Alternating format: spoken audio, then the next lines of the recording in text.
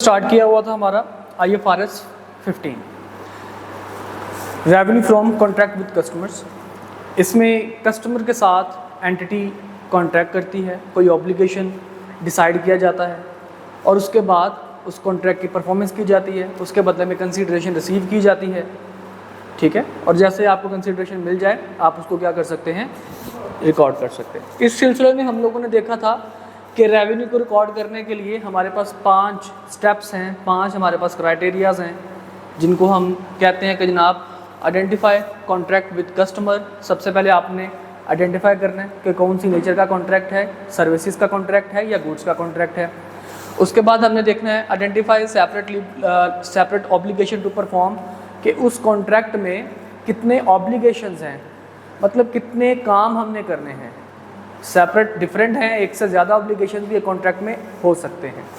फिर उसके बाद हमने देखना है कि इस कॉन्ट्रैक्ट की ट्रांजैक्शन प्राइस क्या है, कितने पैसे का ये कॉन्ट्रैक्ट है, यानी कि इसकी कंसीडरेशन क्या है। और उसके बाद अगर एक से ज़्यादा ऑब्लिगेशंस हैं तो कितनी अमाउंट, कितने परफॉर्मेंस को हमने क्या करना, ऑब्लिगेशन को क्या करनी है, हमने एलोकेट करनी है। ठीक है, उसके बाद जनाब जब हमने एलोकेशन कर दी, अब हमारे पास कंसीडरेशन भी आ गई, हमने परफॉर्मेंस भी दे दी और लास्ट में आपने क्या करना है, रेवेन्यू को रिकॉग्नाइज कर लेना है। ठीक है, एट द पॉइंट का क्या मतलब होता है कि सिंगल डेट, जिस डेट पे परफॉर्मेंस हो गया, सारा कुछ ख़त्म हो गया, आप उसी डेट पे। और ओवर द टाइम का मतलब होता है कि ये परफॉर्मेंस पूरा साल चलती जाएगी, हो सकता है साल से ज़्यादा का अर्सा भी चली जाए। ठीक है बेटा, ये 5 स्टेप्स हमें रिकग्निशन तक पहुंचाते हैं। अब इन स्टेप्स को डिटेल में हम लोग डिस्कस करेंगे। लास्ट क्लास में हमने एक पॉइंट डिस्कस किया था, आइडेंटिफाई विद कॉन्ट्रैक्ट के अंदर 3 पॉइंट्स हैं जो हमने डिस्कस करने हैं। नंबर 1 हमने देखना है कि एक्चुअली कॉन्ट्रैक्ट का क्राइटेरिया क्या है, क्राइटेरिया ऑफ कॉन्ट्रैक्ट, जो कि हमने लास्ट क्लास में देख लिया था कि पार्टीज़ को इसके बारे में नॉलेज होना चाहिए, अप्रूव होना चाहिए। ठीक है, उसके बाद सबके राइट्स जो हैं वो क्लियर होने चाहिए दोनों पार्टीज़ के। उसके बाद पेमेंट्स जो है वो क्लियर होनी चाहिए, गुड्स एंड सर्विसेज जो आप प्रोवाइड कर रहे हैं। कॉन्ट्रैक्ट जो है वो कमर्शियली सब्सटेंशियल होना चाहिए। कमर्शियली सब्सटेंस का मतलब ये है कि कॉन्ट्रैक्ट अगर परफॉर्म नहीं किया जाएगा तो दूसरी पार्टी के साथ प्रॉब्लम हो सकता है। ठीक है, मतलब पैसे का लेन देन इसके अंदर होना चाहिए। और लास्ट में it is probable that entity will collect the consideration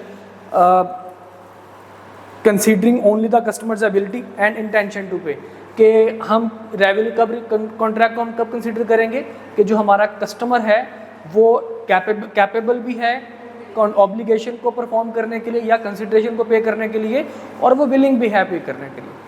ठीक है, तो ये क्राइटेरिया हमने लास्ट क्लास में डिस्कस कर लिया था, क्राइटेरिया ऑफ कॉन्ट्रैक्ट। ठीक है, एक चीज़ तो हमने ये पढ़ ली। सेकेंड चीज़ हमने पढ़ना है कि अगर हमें इन एडवांस पैसे मिल जाए, यानी कि कॉन्ट्रैक्ट का क्राइटेरिया पूरा नहीं हुआ, कॉन्ट्रैक्ट का क्राइटेरिया पूरा नहीं हुआ, लेकिन उसके बदले में हमें पैसे मिल गए। मिसाल के तौर पर मैं कहता हूं कि जी मैंने कॉन्ट्रैक्ट किया था, मैं ये चेयर बना के दूंगा। ठीक है, मैंने ये कॉन्ट्रैक्ट किसके साथ किया था, अब्दुर्रहमान के साथ किया था। मैंने अब्दुर्रहमान से कहा कि भाई मैं आपको चेयर बना के दूंगा। अब्दुर्रहमान ने कहा कि सर ठीक है। हमने सिर्फ इतना डिसाइड कर लिया, प्राइस वगैरह भी इवन हमने डिसाइड कर ली।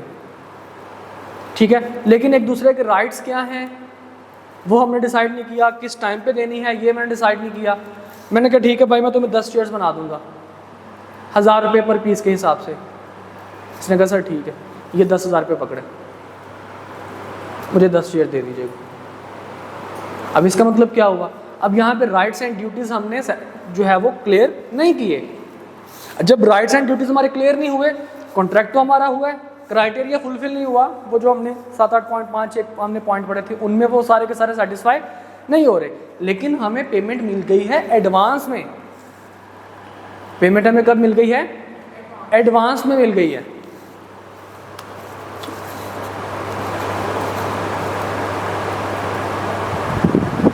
Payment received in advance.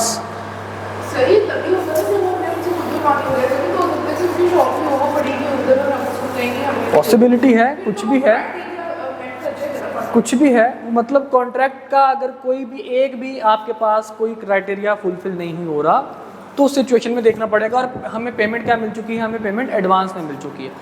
तो इस सिचुएशन में हम रेवेन्यू कब रिकॉर्ड करें, तो हमें स्टैंडर्ड कहता है कि दो चीज़ें देखो, अगर तो वो दो चीज़ें पूरी होती हैं तो क्या कर दो, उनको रिकॉर्ड कर दो। दो चीज़ों में से कोई भी एक चीज़ पूरी हो जाए, ठीक है। दो चीज़ें कौन सी जनाब? नंबर 1 कहता है जी आपको कंसिडरेशन जो मिली है, जो पैसे आपको मिले हैं, उन कंसिडरेशन के बाद आपने किसी किस्म की कोई परफॉर्मेंस नहीं देनी। मिसाल के तौर पर मुझे 10,000 रुपये मिल गए थे, लेकिन मैंने ये चेयर्स अभी डिलीवर करनी थी, तो मैं अभी तक इसका रेवेन्यू रिकॉर्ड नहीं करूँगा जी, जब तक मैं डिलीवर नहीं कर दूंगा। अब उस कंसिडरेशन के इवज मुझे किसी किस्म का कुछ भी जो है वो परफॉर्मेंस नहीं देनी, ठीक है। तो इसमें क्या होगा, अब इस डेट पे, जिस डेट पे मैं दोनों के, ये मुझे कंसिडरेशन दे चुका होगा, मैं इसको कंसिडरेशन पे कर चुका होगा, इस सिचुएशन में हम क्या कहेंगे कि जनाब अब ये पैसे भी क्या हैं, नॉन रिफंडेबल हो गए हैं, ठीक है। तो हम क्या कह देंगे कि अब आप इस रेवेन्यू को रिकॉर्ड कर लें, ठीक है। तो सबसे पहले हम लोग क्या देखेंगे, पेमेंट रिसीव्ड इन एडवांस के लिए, या तो हम क्या करेंगे, नो परफॉर्मेंस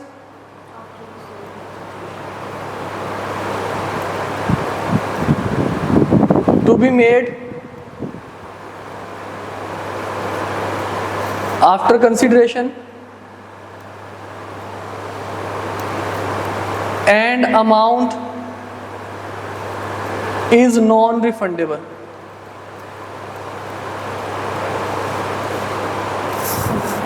ठीक है। या फिर सेकंड आपके पास पॉइंट है, और contract has been terminated and amount is non refundable. मतलब क्या, आपने अक्सर देखा होगा कुछ लोग टोकन मनी दे के जाते हैं कि आप किसी और के साथ इस चीज़ की नेगोशिएशन ना कीजिएगा। मिसाल के तौर पर अब मेरे पास ये चेयर्स पड़ी थी शॉप में, शोरूम में, अब्दुल रहमान मेरे पास आया, मुझे कहता सर मुझे ये चेयर्स चाहिए, लेकिन अभी नहीं चाहिए, मुझे ये चेयर्स चाहिए अगर हमारा रेट बना और मुझे 2-4 दिन लग जाएंगे। मैंने कहा यार मेरी तो शॉप है, मैंने तो उसको बेचना है, तो मैं इतना वेट नहीं कर सकता। चलें आप ऐसा कर लें, आप मुझे 5,000 रुपये दे दें, ठीक है, और अगर तो कोई बन गया सौदा तो वो देख लेंगे, अगर ना तो फिर ये 5,000 तुम्हें वापस नहीं मिलेगा। ये 5,000 सिर्फ नेगोशिएशन को एक्सटेंड करने के लिए 2-4 दिन पे। अब्दुल रहमान कहता सर ठीक है, ये अपना 5,000 लें, अब जनाब बातचीत होना शुरू हो। 3-4 दिन के बाद क्या हुआ, जब अब्दुल रहमान ने कहा सर मुझे ये चेयर्स नहीं चाहिए। मैंने कहा ओके कोई मसला नहीं, टोकन मनी वापस मिलेगी? नहीं मिलेगी। ये कौन से पैसे हैं? Contract has been terminated and amount is non refundable. तो कहता है जी जिस टाइम पे ये हो जाए उस टाइम पे क्या कर लो, इसको रिकॉर्ड कर लो। समझ आई बात की? किसी किस्म के मसले मसाइल? अच्छा अब हम कहते हैं कि अभी तो यहाँ पे भी आपको पता 3-4 दिन लगे, और यहाँ पे भी परफॉर्मेंस करते करते अगर मैंने ये खुद से बनानी है, बना के डिलीवर करनी, तो टाइम लग जाएगा, 2-4-6 महीने लग जाएंगे, लेकिन तब तक तो इनके पैसे मेरे पास पड़े हैं। तो लॉ कहता है कि जब तक आप एडवांस पेमेंट को रेवेन्यू रिकॉर्ड नहीं कर लेते तब तक आप इसको लायबिलिटी के तौर पर कंसीडर करेंगे। क्लियर? जब तक आप इसको रेवेन्यू के तौर पर रिकॉर्ड नहीं कर लेते, कब तक नहीं करेंगे? या तो परफॉर्मेंस बाकी ना रहे, ठीक है जी, और कॉन्ट्रैक्ट टर्मिनेट हो जाए, और दोनों सिचुएशन में अमाउंट क्या हो, नॉन रिफंडेबल। जब तक आप इसको रेवेन्यू रिकॉर्ड नहीं करते तब तक आप इसको क्या रिकॉर्ड करेंगे, लायबिलिटी, क्योंकि पैसे तो आपको मिल चुके हैं। क्लियर? अब जरा एक एग्जांपल देखिएगा। एग्जांपल नंबर 3 है बेटा मेरे पास, पेज नंबर 166 है, एग्जांपल नंबर 3 है। आई होप सबके सामने होगी। बाकी की तरह आज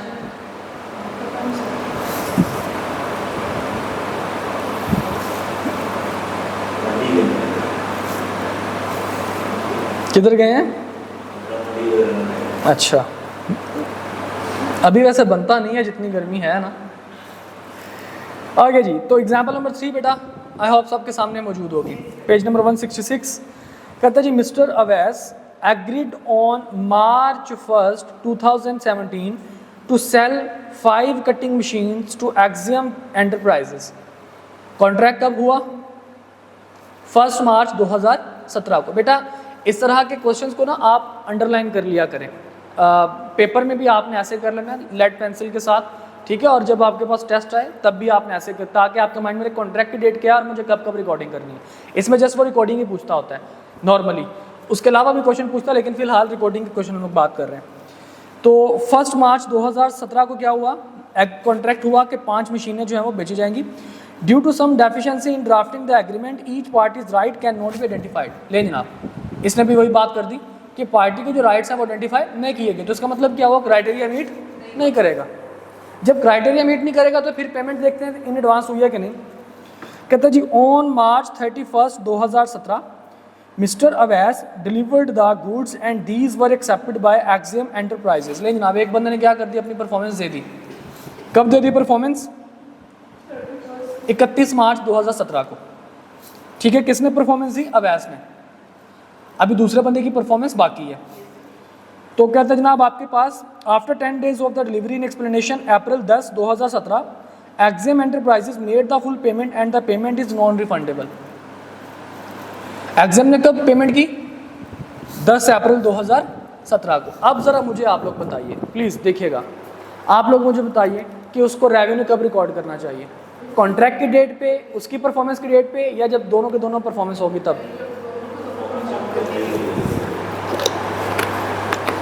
उसको रेवेन्यू को डिले करना पड़ेगा, ठीक है, क्योंकि ना तो उसको पेमेंट एडवांस में मिली है और ना ही वो कॉन्ट्रैक्ट के क्राइटेरिया पे पूरा उतर रहा है। अब यहाँ पे वो जारी बात है रिसीव, लेकिन अभी वो रिकॉर्डिंग कुछ भी नहीं करेगा, क्योंकि रेवेन्यू की रिकॉर्डिंग किस सिचुएशन में आएगी? वो या तो लायबिलिटी रिकॉर्ड करेगा या फिर रेवेन्यू रिकॉर्ड करेगा। रेवेन्यू की रिकॉर्डिंग किस सिचुएशन में आएगी? कि अगर उसको पैसे एडवांस मिल चुके हों और कोई परफॉर्मेंस बाकी ना हो। अब यहाँ पे उसने परफॉर्मेंस पहले दे दी और अगले बंदे ने कंसिडरेशन उसके बदले में बाद में पे की। कब पे की? 10 अप्रैल को। अब दोनों तरफ से किसी किस्म की कोई परफॉर्मेंस बाकी नहीं है, तो उसको रिकॉर्डिंग कब करनी चाहिए रेवेन्यू की? 10 अप्रैल को।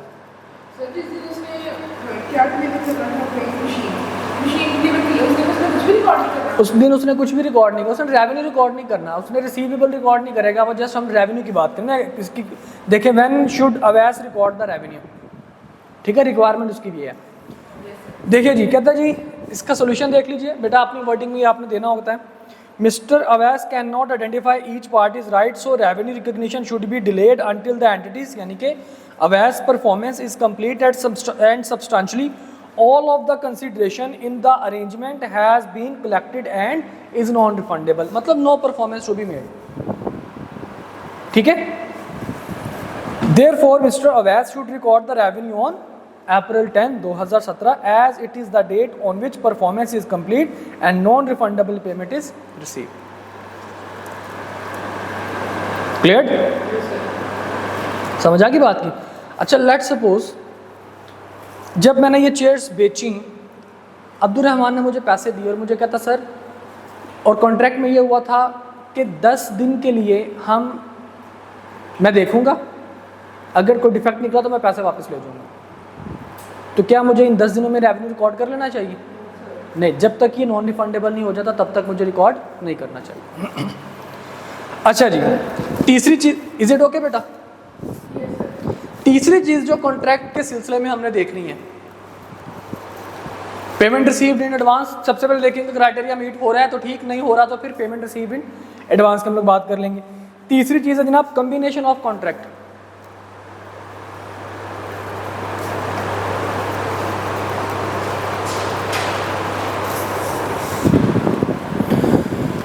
कहता है जी आप अगर एक टाइम पे या थोड़े से टाइम के फासले से आप सेम पार्टी के साथ कोई कॉन्ट्रैक्ट करते हैं या उसके किसी रिलेटेड पार्टी के साथ, मतलब पेरेंट कंपनी के साथ कर रहे थे, अब आप उसकी सब्सिडरी के साथ भी कॉन्ट्रैक्ट कर रहे हैं, तो कहते हैं जी अगर उसमें चंद चीज़ें पाई जाएं तो आप उसको उन कॉन्ट्रैक्ट को कंबाइन कर लीजिएगा। अगर दो चीज़ें आपके पास मौजूद हैं, यानी कि कॉन्ट्रैक्ट की ऑब्लिगेशन, यानी कि कॉन्ट्रैक्ट एक से ज़्यादा आपने कॉन्ट्रैक्ट्स किए हुए हैं, तो उनको सिंगल कॉन्ट्रैक्ट कंसीडर कर लीजिएगा, कॉम्बिनेशन ऑफ कॉन्ट्रैक्ट। मिसाल के तौर पर मैंने अब आपके सना के साथ मैंने क्या किया जनाब, कॉन्ट्रैक्ट किया। किस चीज़ का मैंने कॉन्ट्रैक्ट किया? मैंने कहा जी मैं इनको एसी भी बेचूंगा, ठीक है, और मैं ही इनको इंस्टॉल भी करके दूंगा। अब एसी बेचने का कॉन्ट्रैक्ट अलग है, इंस्टॉल करने का कॉन्ट्रैक्ट अलग है, लेकिन कॉन्ट्रैक्ट किसके साथ किया? मेरे साथ ही कॉन्ट्रैक्ट हुआ। अब जब मेरे साथ ही कॉन्ट्रैक्ट हुआ, at the same time contract हुआ, तो लॉ कहता है, स्टैंडर्ड कहता है कि आप इसको, इन दो कॉन्ट्रैक्ट्स को आप एक कॉन्ट्रैक्ट क्या कर लो, कंसीडर कर सकते हो, ठीक है। अब इसमें देखना पड़ेगा कि कौन कौन सी चीज़ें हैं कि जो हमें, जी एक ही एंटिटी के साथ। तो स्टैंडर्ड हमें कहता है कि जी अब आप देखो कि ये मैंने कुछ चीज़ें बताई हैं, बट गुजर मैंने कुछ चीज़ें बताई हैं, इन चीज़ों के लिए अगर ये एक क्राइटेरिया मैंने बता दिया, ये फाइनल लिस्ट नहीं है, ठीक है। ये जो मेजरली चीज़ें इस्तेमाल होती हैं वो मैंने क्राइटेरिया बता दिया, स्टैंडर्ड ये कह रहा है। इसके अलावा भी चीज़ें हो सकती हैं, वो वक्तन फवक्तन, केस टू केस वो चेंज कर वेरी करती रहेंगी, ठीक है। हमने कहा जी चलें आप बता दीजिए जो ज़्यादातर इस्तेमाल होता है। कहते जी नंबर 1 के contract is negotiated with single obligation package, package with a single commercial objective, packaged with single commercial objective. ये क्या चीज़ है अभी बताते हैं आपको। कहता है जनाब कॉन्ट्रैक्ट तो दो हैं या एक से ज़्यादा है, ठीक है, लेकिन उनका जो मकसद है, उनका जो कमर्शियल ऑब्जेक्टिव है वो क्या है जी? सिंगल है। मिसाल के तौर पर हम कहते हैं कि लेट सपोज मैं ये लकड़ी की चेयर, मेरा काम है लकड़ी सप्लाई करना, ओके। अब्दुल रहमान मुझे आके कहता है कि सर मुझे लकड़ी बेचें, ठीक है, पहले क्या करें, मुझे लकड़ी बेचें, उसके बाद मुझे ये लकड़ी की चेयर बना के दें।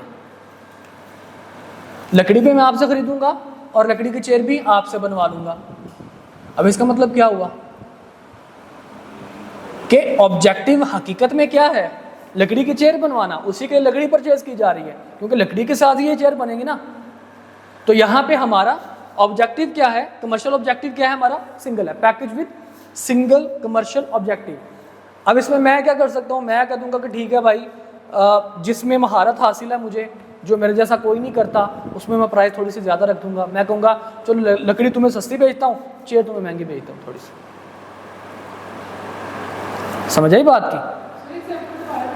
दोबारा सुन लीजिए, मैंने अभी एग्जांपल यही दी है कि लेट सपोज कि मेरा काम लकड़ी का है, ठीक है, और मैं चीज़ें भी लकड़ी की बना के देता हूँ। मुझे अब्दुल रहमान ने कहा कि सर मुझे लकड़ी बेच दें, 1 लाख रुपए की मुझे लकड़ी बेच दें। मैंने कहा जी ठीक है बेच देता हूँ। इसमें फिर मेरे साथ कॉन्ट्रैक्ट कर लिया कि सर मुझे उन्हीं लकड़ी से चेयर भी बना के दे दें। अब यहाँ पे क्या हो गया? मेरा जो कमर्शियल ऑब्जेक्टिव था वो क्या था? सिंगल था।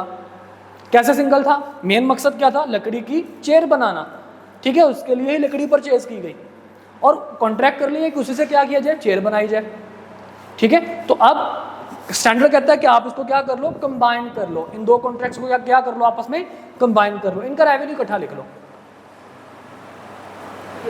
क्लियर? समझ आ गई बात की?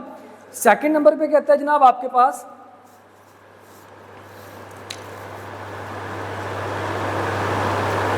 Price of one contract depends on other contract.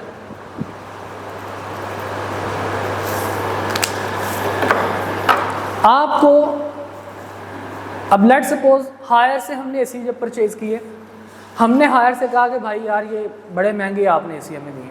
Let suppose हमने कहा भाई आपने एसी हमें बड़े महंगे दिए हैं। कहता सर चलें महंगे छोड़ें, हम इंस्टॉलेशन में कुछ कमी पेशी कर देंगे, इंस्टॉल करने में क्या कर देंगे? कमी पेशी कर देंगे। अब एसी परचेज करना अलग कॉन्ट्रैक्ट है, इंस्टॉल करवाना अलग कॉन्ट्रैक्ट है, लेकिन हमारी एक कॉन्ट्रैक्ट की प्राइस पे जो है वो दूसरे एक कॉन्ट्रैक्ट की परफॉर्मेंस पे दूसरे कॉन्ट्रैक्ट की प्राइस क्या कर रही है, डिपेंड कर रही है। कि अगर हमारे से एसी परचेज किया है आपने तो हम आपसे इंस्टॉलेशन कॉस्ट भी कम ले लेंगे। क्लियर? समझ आ गई बात की? तो price of one contract depends on other contract. अच्छा, तीसरी चीज में जनाब वो कहता है कि द गुड्स और services promised in contract are a single performance obligation. ये वही बात है जो उसमें ऊपर बात कर दी है, सिंगल परफॉर्मेंस ऑब्लिगेशन है।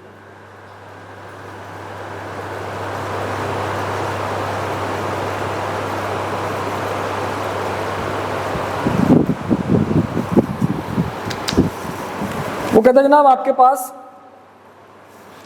के जो गुड्स एंड सर्विसेज हैं वो आपस में इतनी मिलती जुलती हैं कि आपने उन कॉन्ट्रैक्ट को सिंगल परफॉर्मेंस ऑब्लिगेशन कंसीडर कर लिया। मतलब ये कि एक कॉन्ट्रैक्ट था, उसमें डिफरेंट ऑब्लिगेशंस थी, वो आपस में इतनी रिलेट कर रही थी, इतनी इंटर रिलेटेड थी कि वो सिंगल ऑब्लिगेशन बन गई। ठीक है, तो वो कॉन्ट्रैक्ट अगर जारी बात है जितनी ऑब्लिगेशन होंगी, एक कॉन्ट्रैक्ट में एक से ज़्यादा ऑब्लिगेशंस आ सकती हैं, तो डिफरेंट कॉन्ट्रैक्ट में डिफरेंट ऑब्लिगेशंस आ सकती हैं।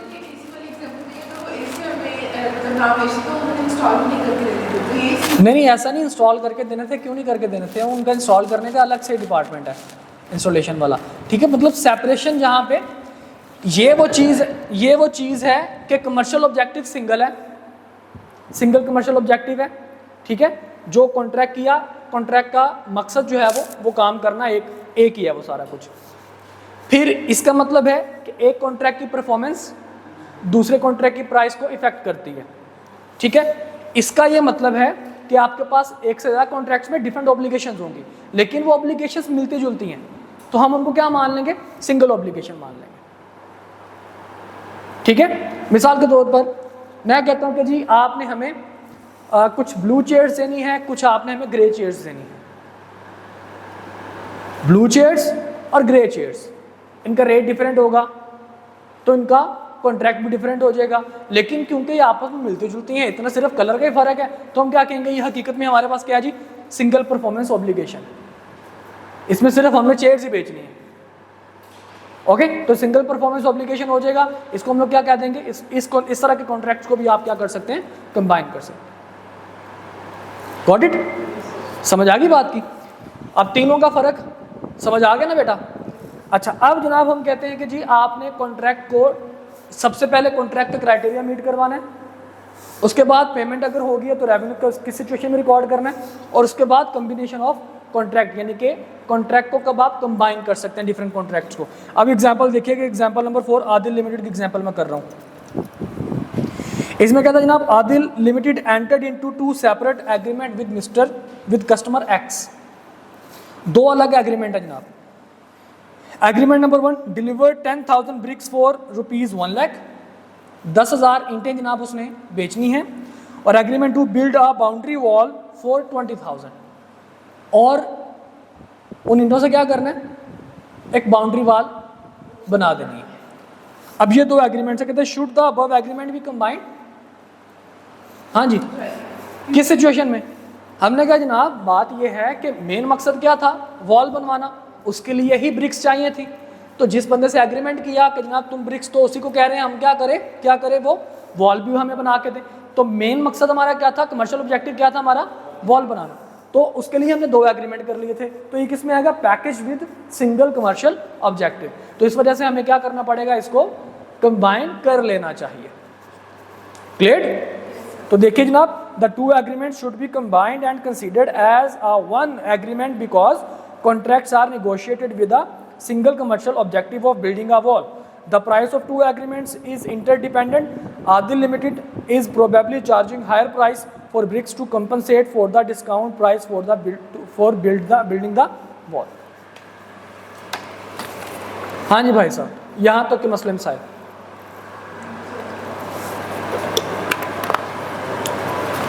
All okay? अच्छा जी, अब ये 3 पॉइंट्स थे हमारे पास किसके?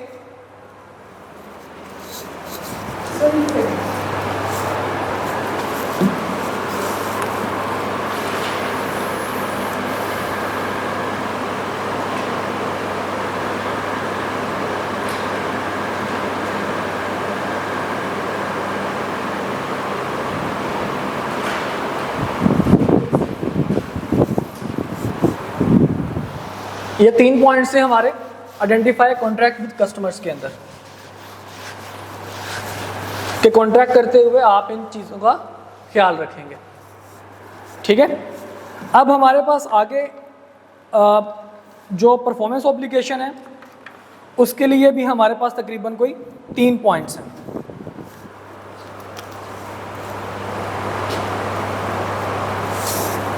जिनमें सबसे पहला है कि जनाब आपने सेपरेट ऑब्लिगेशन को कंसीडर करना है, मतलब आपने देखना है कि एक कॉन्ट्रैक्ट में कितनी ऑब्लिगेशंस हैं। ठीक है, सेपरेट परफॉर्मेंस ऑब्लिगेशंस।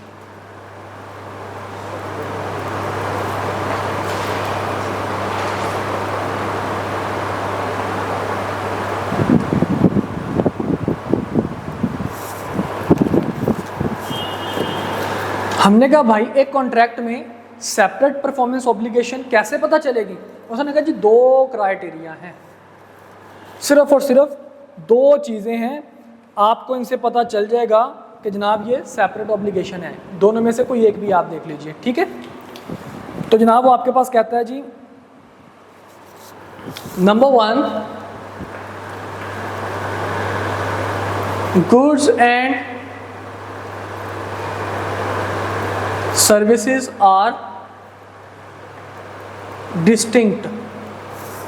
जो डिफरेंट हैं, जो डिस्टिंक्ट हैं, एक दूसरे से अलग अलग हैं, वो हमारे लिए क्या हो जाएंगी जनाब? Goods and services. हम उनको क्या मान लेंगे? Separate obligation. ठीक है, सेपरेट परफॉर्मेंस ऑब्लिगेशन। अच्छा, अब हमने कहा जनाब कैसे पता चलेगा कि goods and services are distinct? कौन सी ऐसी चीज़ है? तो उसमें जो दूसरा था ना हमारा, वो हम बात करेंगे उसकी तरफ कि सेपरेट परफॉर्मेंस ऑब्लिगेशन में सेकंड नंबर पे डिस्टिंक्ट की हम लोग बात करेंगे, लेकिन अभी मैं यहाँ पे नहीं लिख रहा। और series of distinct goods and services. हो सकता है कि एक से ज़्यादा जो है वो गुड्स एंड सर्विसेज आपके पास मौजूद हो और वो क्या हो? डिस्टिंक्ट हो। ग्रेट, ये 2 चीज़ें ये डिसाइड करेंगी कि आपने सेपरेट परफॉर्मेंस ऑब्लिगेशन जो है वो देखना ही देखना है।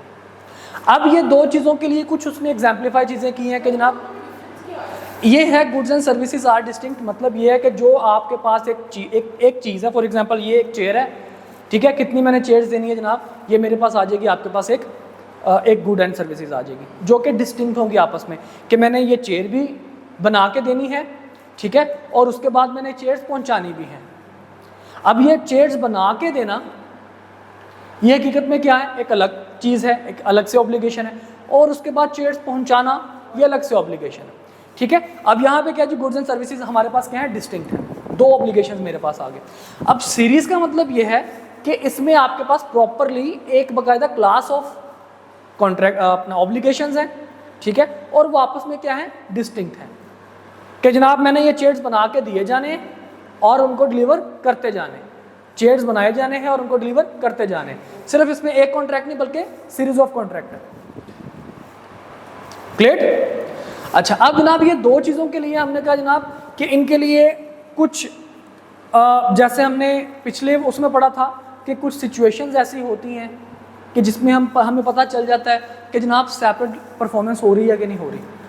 सिचुएशन ऐसी हैं, ये तो हमें पता चल जाएगा ना इन 2 क्राइटेरिया से, कि इन 2 क्राइटेरिया का मीट करवाना। इन दोनों में से ईच केस के अंदर अगर एक सिंगल कॉन्ट्रैक्ट है तो गुड्स एंड, और अगर सीरीज़ है तो सीरीज़ उनकी। अब इसके लिए कुछ एग्जाम्पलीफाई किया गया, स्टैंडर्ड ने हमें कुछ चीज़ें बता दी कि जो ज़्यादातर जो डिस्टिंक्ट जो उसके लिए सेपरेट परफॉर्मेंस ऑब्लिगेशन के लिए जो ज़्यादातर सिचुएशंस क्रिएट होती हैं, उन सिचुएशन को हमें स्टैंडर्ड ने बता दिया। कहते जी ये फाइनल नहीं है, इसके अलावा भी बहुत कुछ हो सकता है, लेकिन कोई 8-9 मैं आपको बता देता हूँ। हमने कहा जी बताइए, तो जनाब सबसे पहले कहता है कि goods produced by entity for sale.